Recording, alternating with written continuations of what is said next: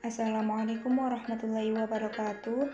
Saya Sarifah, saya mahasiswi Institut Ilmu Al-Quran Jakarta, Fakultas Usuluddin, Prodi Ilmu Al-Quran dan Tafsir. Video ini dibuat untuk memenuhi tugas akhir kajian kitab hadis. Baik, pada kesempatan kali ini saya akan membahas kitab Sahih Bukhari dan kitab Sahih Muslim. Pembahasan pertama yakni kitab Sahih Bukhari karya Imam Bukhari. Biografi Imam Bukhari. Nama lengkap beliau adalah Abu Abdullah Muhammad ibnu Ismail ibnu Ibrahim ibnu Al-Mughirah ibnu Bardujubah Al-Ju'fi Bukhari. Bardujubah ini bahasa Bukhara yang artinya petani. Beliau dilahirkan pada hari Jumat 13 Syawal 194 Hijriah di Bukhara dan meninggal pada tanggal 30 Ramadan tahun 256 Hijriah pada usia 62 tahun. Ayah beliau adalah seorang ulama hadis yang pernah belajar di bawah bimbingan sejumlah tokoh termasyhur saat itu, seperti Malik ibnu Anas, Hamad ibnu Zaid, dan Ibnu Mubarak. Yakni bernama Abdullah, jadi nama Bukhara ini mengikuti nama beliau secara lengkap. Kakek buyut beliau yang bernama Bardujubah dulunya beragama Majusi. Lalu putranya yang bernama Al-Mughirah memeluk Islam di bawah bimbingan Yaman Al-Ju'fi, seorang gubernur Bukhara di kala itu, sehingga beliau dipanggil Mughirah Al-Ju'fi. Di saat usianya belum mencapai 10 tahun, Imam Bukhari telah memulai belajar hadis, sehingga tidak mengherankan apabila pada usia kurang lebih 16 tahun telah berhasil menghafal matan sekaligus rawi dari beberapa buah kitab karangan Ibnu Mubarak dan Waqi. Identifikasi Kitab Sahih Bukhari. Kitab Sahih Bukhari berisi 7.275 hadis dengan pengulangan, dan apabila tanpa pengulangan jumlahnya hanya 4.000 hadis. Kitab Sahih Bukhari ini tersusun dari beberapa kitab, dan setiap kitab terdiri dari beberapa bab. Secara keseluruhan kitab Sahih ini mencakup 97 kitab dan 3.450 bab. Masing-masing bab terdiri dari beberapa hadis. Beliau memulai dengan bab permulaan wahyu, kemudian disusul dengan kitab iman, kitab ilmi, kitab taharah, dan kitab sholat dan zakat. Selanjutnya kitab buyu, muamalah, murafaat, kitab ahadasuh, wasiyah, wakaf, kemudian jihad. Selanjutnya mengenai bab-bab yang tidak menyangkut fikih, seperti bab tentang permulaan penciptaan makhluk, biografi para nabi, cerita surga dan neraka, manaqib, fadail, dan syahadah. Bab selanjutnya tentang sirah nabawiyah dan maghazi. Kitab tafsir kembali ke kitab fikih. Kemudian kitab at'imah, asyribah, tib, adab, bir, silah, dan isti'zab. Selanjutnya kitab nujur, kafarat, hudud, ikroh, takbir ar-ru'yah, fitan, ahkam, i'tisam bil kitab was sunnah, dan tauhid sebagai kitab penutup. Sistematika Kitab Sahih Bukhari.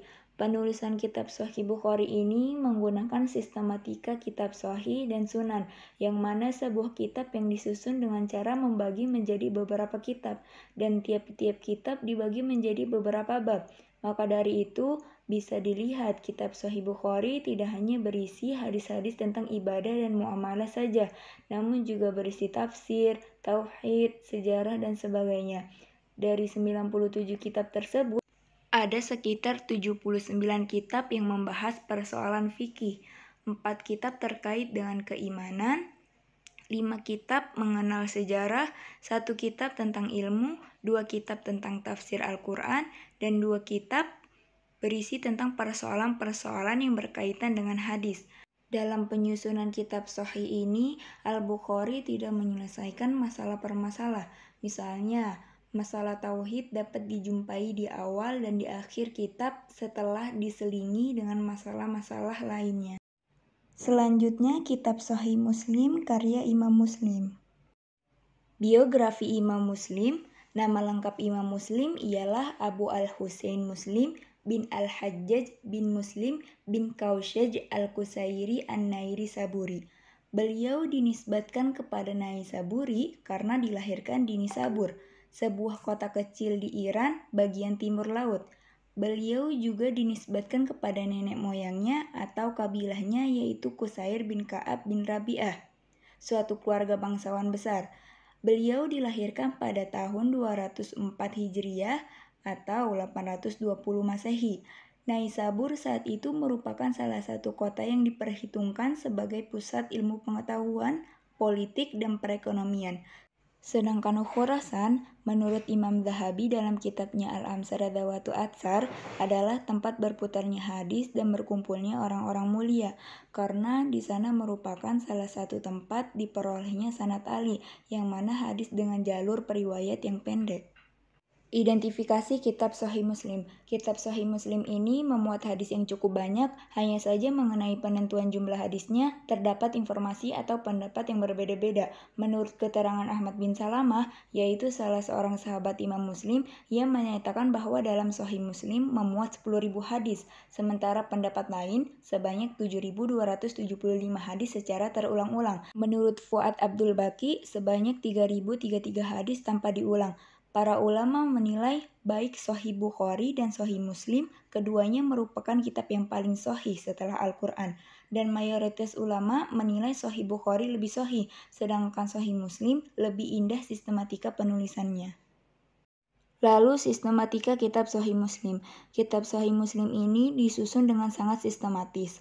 Kitab ini diawali dengan muqaddimah yang sangat bernilai dan dapat dikatakan merupakan karya paling dini dalam bidang ilmu usul hadis. Setelah muqaddimah, beliau mengelompokkan hadis-hadis yang berkaitan dalam suatu tema atau masalah pada suatu tempat. Namun perlu diketahui bahwa beliau tidak membuat nama atau judul kitab dan bab bagi kitabnya secara konkret. Sebagaimana kita dapati pada sebagian naskah Sahih Muslim yang sudah dicetak, judul-judul kitab dan bab sebenarnya tidak dibuat oleh Imam Muslim, tetapi dibuat oleh para pengulas kitab ini pada masa-masa berikutnya. Sekian video tugas akhir dari saya. Wassalamualaikum warahmatullahi wabarakatuh.